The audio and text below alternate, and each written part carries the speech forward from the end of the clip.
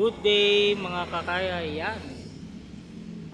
Nandito ako sa project namin. Magsisurvey tayo yung aircon. Marami-rami siya. Dito to sa Bacoor. Office siya. Titingnan namin yung location ng mga unit.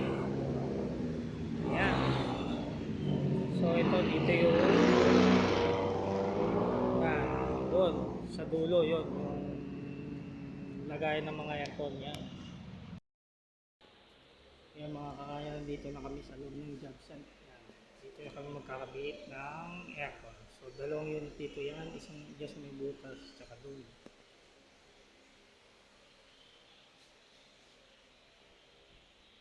Tapos isang unit dyan. Ito yung kakabitan namin.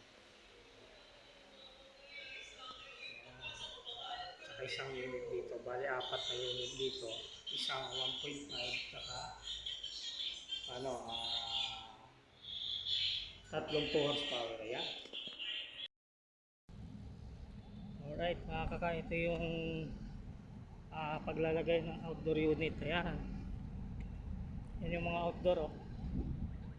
Ang slot namin na pagkakabitan ay yan, lapit tayo yan.